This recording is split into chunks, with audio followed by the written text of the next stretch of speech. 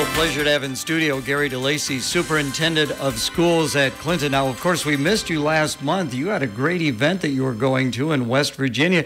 Tell us a little bit about it. Yeah, the AEA gives the superintendents an opportunity to go to one national conference that's sponsored by the district administrators. So it's a leadership institute.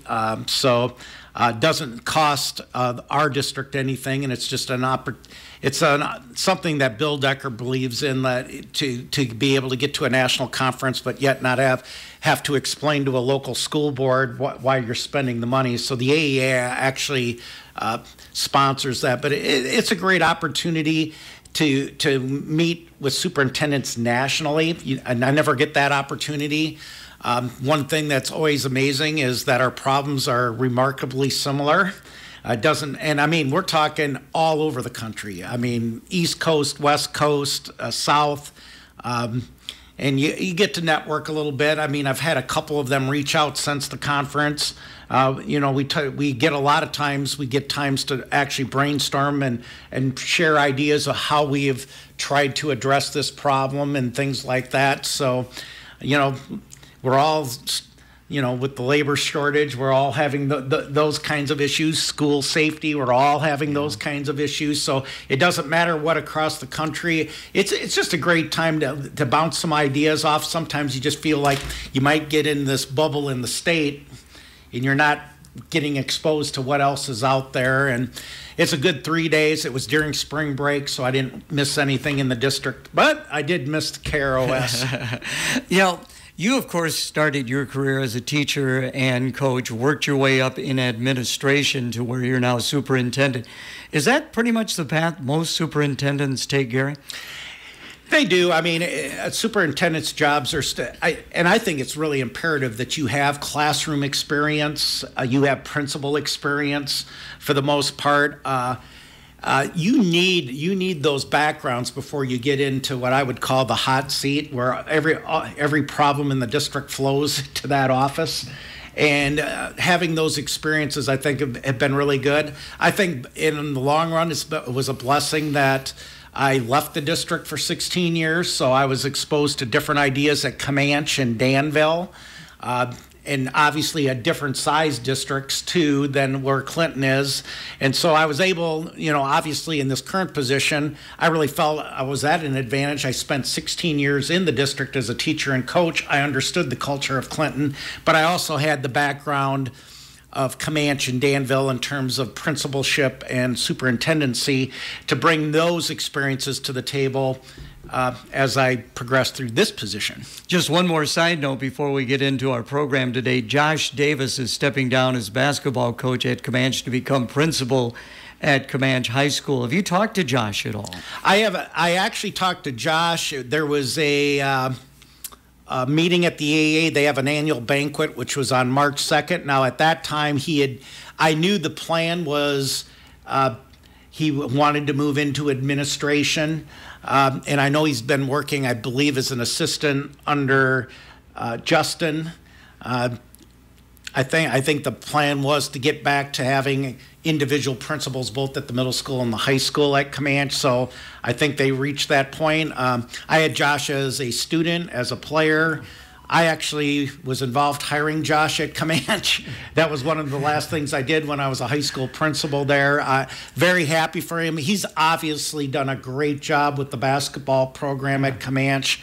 I'm sure he's laid a foundation, but it'll be big shoes. Whoever takes that position at Comanche, that's big shoes to fill because he's had a lot of success. 14 years, never had a losing season, went to state 3 times. We're going to have Josh in the studio tomorrow morning at 6:35. Looking forward to catching up with him. Well, maybe Josh Davis someday might make the Hall of Honor. You just never know. Yeah. That's the big day tomorrow. Please tell us about that. Well, the Hall of Honor is something we created about 5 years ago. I mean, my very first year, a person came into my office and says, you know what, we recognize athletes, but we don't recognize anyone else that excels in every other aspect of society. And they were right. We're not recognizing people that go out and really make a difference outside of athletics. So we formed a committee together. We had some discussions, and we decided to create this program called the Clinton High School Hall of Honor, which really recognizes every area outside of athletics for people that excel on that. And I can go back to what the mission is, because this is one of the things that we developed at the beginning. The mission of the Clinton High School Alumni Hall of Honor is to recognize those that attended Clinton High School and have distinguished themselves in their careers, communities, and personal lives. These individuals are held up to Clinton students as examples of citizenship and success. Well, before we talk about what's all going to take place tomorrow, and it sounds like it's going to be a big day, let's do a quick bio of the 5 that are going in. We'll start with Ann Magnuson. So Ann, class of 1916, nominated. She had a decorated career with the Red Cross, and if you read through, just went through you talked about me going through the levels. She went through all the levels as a nurse and worked her way all the way through the Red Cross. She ended up getting their most distinguished honor, which, let's see, what was the name of that? Oh, the Florence Nightingale Medal, which is the highest international Red Cross honor. And then she got a medal and recognition in her own name when she retired, called the Ann Magnuson Award, which is given out each year, which recognizes the leadership and contributions of the nurse behind the award in the Red Cross. And I understand there's going to be representatives from the Red Cross tomorrow. Right. The Red Cross is very excited. I believe we'll have about a half dozen representatives that are going to be there and represented in her honor. Okay, Ginny Mann. Well, Jenny Mann is a staple of Clinton High School. She graduated in 1964 and started, that was in June, and in July she started, and is now at 58 years of service to the district. I mean, given her position in the counseling office, she handles all the transcripts and as a registrar. So basically she's touched every student that's attended Clinton High School for the last 58 years in her role. So she is the first one that has been nominated in the category of exceptional contributions to the school district as an alumni. So just an amazing career, very humble person. Probably, I've already talked to her. She says, my speech is going to be very short. But we're very pleased to recognize her tomorrow. And like I said, you can do the math on that in terms of, she's still there and she still loves her job and is there every day making an impact. That is great to hear.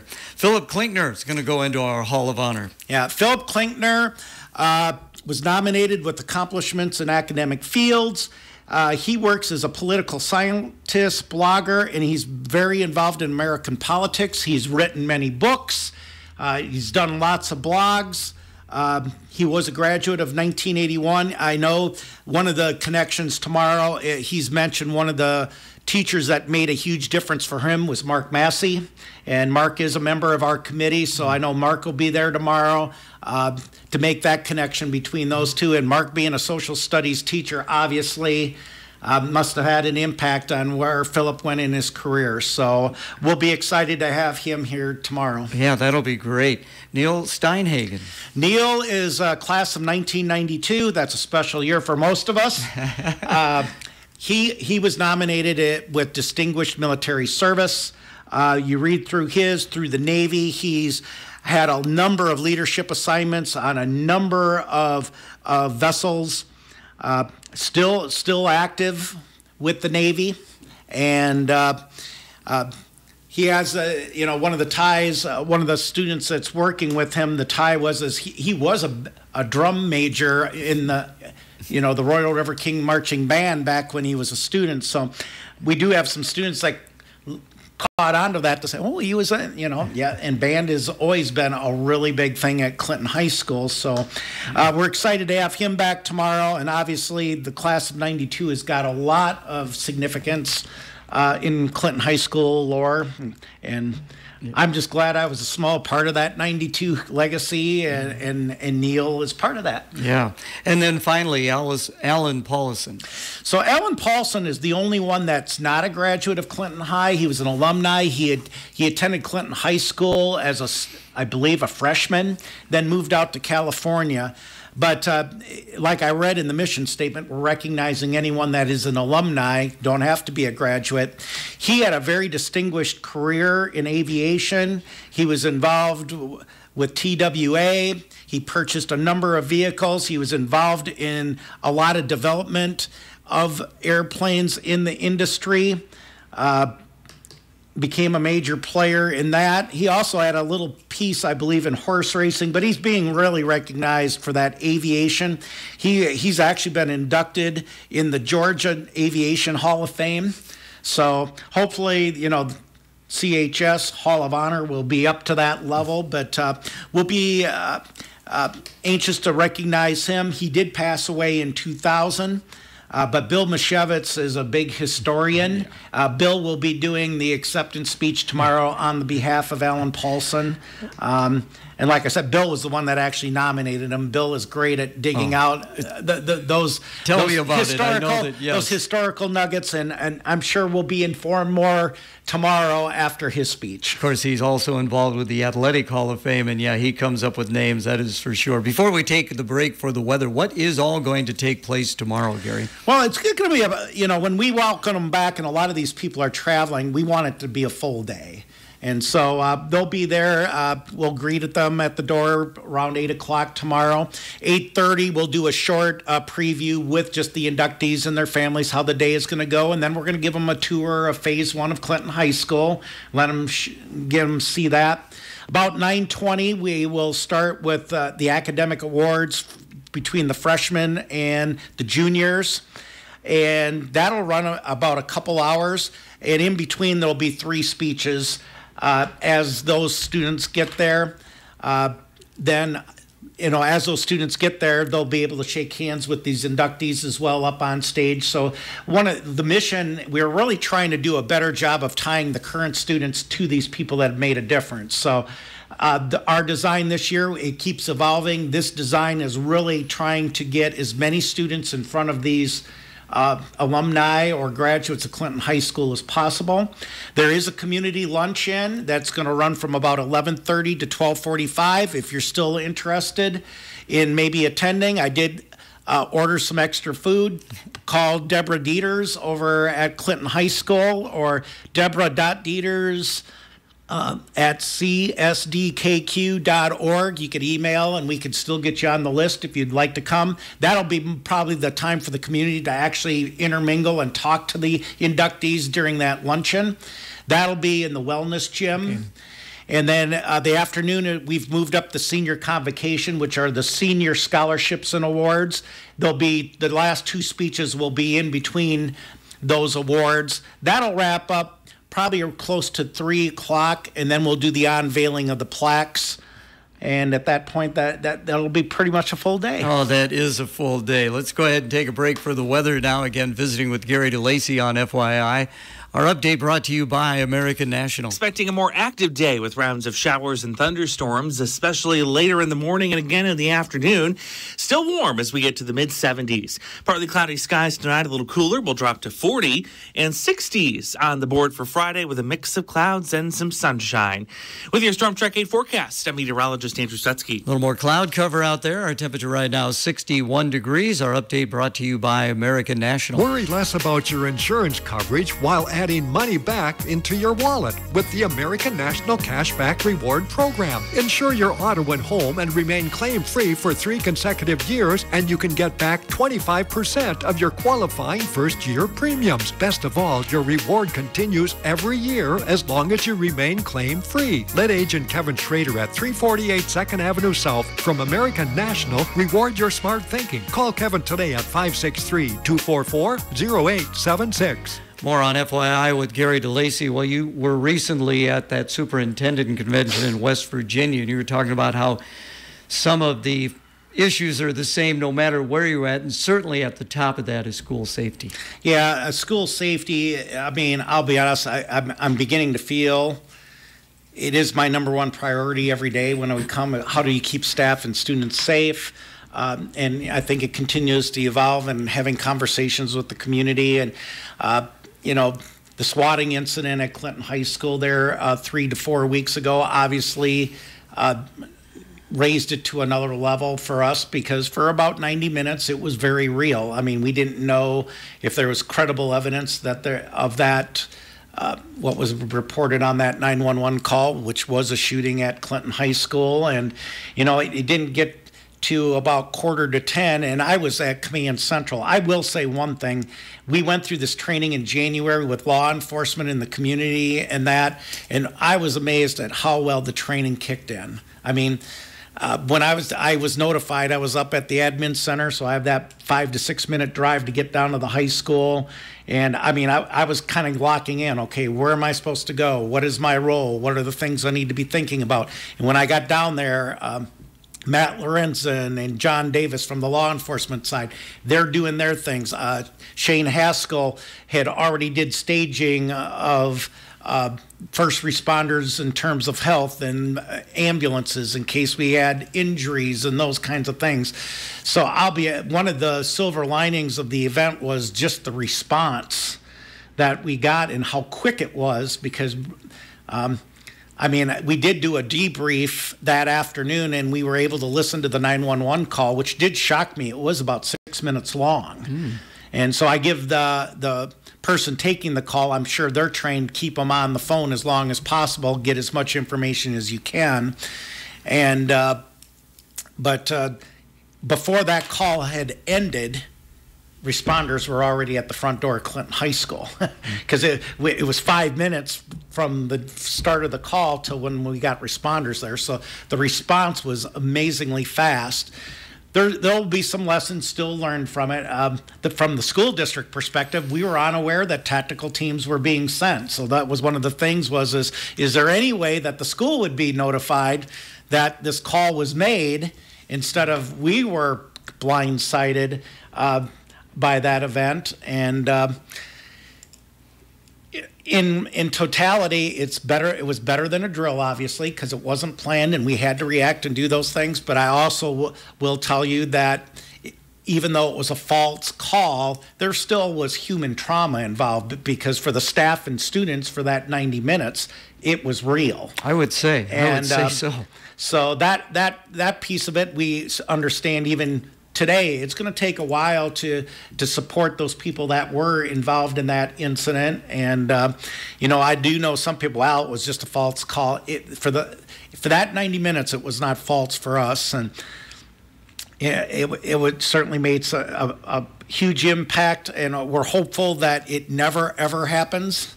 But there was human trauma in this situation. Of course, that took place at the high school, but there was a recent drill at the middle school. Yeah, so this has been in the works since January. We had talked about, now that we're past the pandemic, we really need to get back to doing a more live drill, and we had paused that during the pandemic. So we had already planned on having a drill at the middle school before the swatting incident. So we did follow through with that. The one piece we've never really gotten structure and detail around is reunification. And so we really focused on the reunification piece where, okay, if you have the students go to a rally site and we get attendance, how do we get them to a reunification site where we now notify parents and we're able to get students paired up with parents again safely and do that. So we really focused hard on that drill, on that piece. We did just a subset. It ended up being about 30 students and sets of parents at the middle school just working on those logistics. Again, it was really a learning experience for us to go through the process for really the very first time on reunification. There'll be some lesson learned again to say, how can we do this better? This didn't work. How do we get that fixed? Those kinds of things. And again, you're hopeful that you never, ever have to do it. But we also know best practices. We got to be as prepared as possible. Again, visiting with Gary DeLacy. Now, I see on your notes here $100 million safety dollar grant. Well, that grant is actually for the entire state. Okay, so we're not getting $100 million. We're not getting. No, it would be wishful thinking, but no, we're not getting $100 million. The governor put out $100 million, which is actually federal ESSER dollars, but we've went through a process where all of our buildings have been assessed by a third party that the state had hired, and then they come up with recommendations, and now we're in just to update the community, we're in the process right now of following those recommendations. You actually have to go through a procurement process. For example, more security cameras, better locking systems, two-way radios. These are some of the suggestions that are there. We go through a procurement process. My hope is that we'll get through that this summer, get the equipment. It is limited to $50,000 per building. I will say that's helpful, but that doesn't cover the need. So, but we'll utilize that $50,000, and we will enhance our security equipment using those funds. We do have a lot more to cover yet. We got about 6 minutes left. Yep. Legislative update. So the legislature's still going, and just some key things that are still out there. House File 654, which does not just apply to schools, but it applies to a lot of areas. But for schools, the bill allows appropriately permitted individuals age 21 and above to have guns locked in their cars in a school parking lot. I'm not supportive of that. It has passed the House. A similar bill has been passed in the Senate. I would encourage people to reach out to their legislators and voice their opposition to this. I mean, I just talked to you about all the things we're doing to try to keep students safe. I think accessibility to weapons is not a step in the right direction.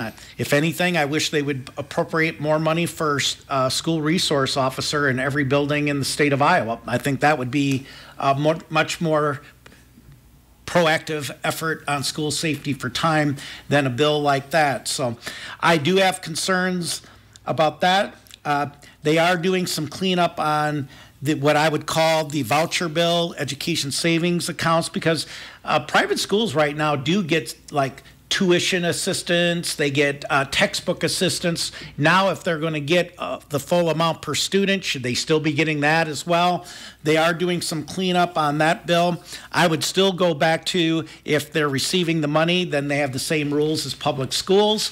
I don't know if we'll get that far, Gary, but to me, the biggest thing is you shouldn't pick and choose who you serve. I mean, in public schools, whoever comes to your door is who you serve. So that would be an area. The governor's transparency and parents' rights bill, which is Senate File 496. I'll be honest, most of that we already do. If parents have a concern about teacher material or a book, we already have board policy that covers that. So to me, I don't know why we're creating another layer on something that already exists, but that's where we're at with that one.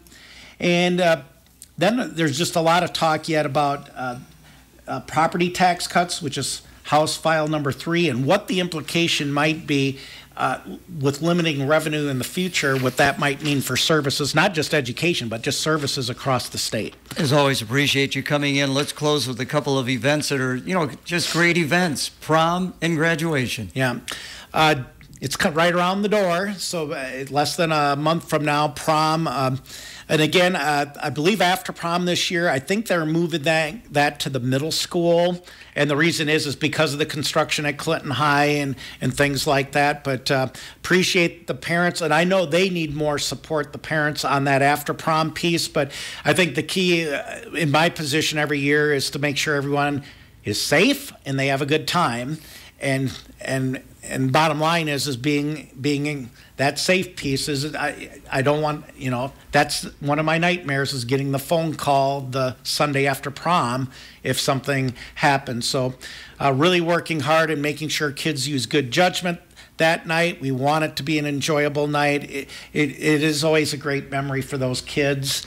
I still remember my senior prom and those kinds of things. We're going to be out at Citizens First Bank next Wednesday, Gateway after prom. We're going to be giving them money, Citizens first down during our football. So you going down to Oskaloosa? So we'll throw a football out here real quick. You know what? I actually have a niece that goes to William Penn. Okay. So I might go down there. There you go. Yeah, we're going to go to Oskaloosa, and then we're going to go to Burlington the next week. So are we just going to stay on the road and not come back to Clinton? Yeah, we'll be like the University of Iowa women's basketball team when Minneapolis, Seattle, Dallas never came home. Never came home, right? And graduation.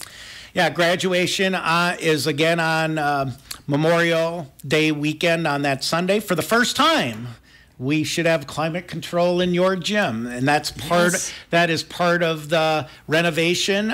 So I'm looking forward to not having 90, 95 degree temperatures in that gym. Now, obviously, when you fill it up, it'll probably warm up a little bit, but we should be able to have that cool down before the ceremony, and it should be a much more enjoyable experience. One of the best days of the year, obviously, graduation, and a celebration basically of 13 years and going from one phase of their life to the next. Really looking forward to it. Like I said, one of my favorite days of the year. And do they still have a speaker for that? What they've been doing is student speakers since I've been there. Okay. So it's usually like valedictorian. Okay. They'll usually have a few student speakers that actually talk about the values of the Trident. All right. And, hey, if people would like to find out more about Clinton Community Schools, how can they best do that, Gary? Obviously, they can reach out. Just reach out to the Central Admin Office, which is 243-9600. We also have an app on your phone, which you can get. We have a website that we keep updated. There's multiple ways. We try to work really closely with KROS and the Clinton Herald. So there's multiple ways. We're trying to meet everyone's needs. Thank you so much.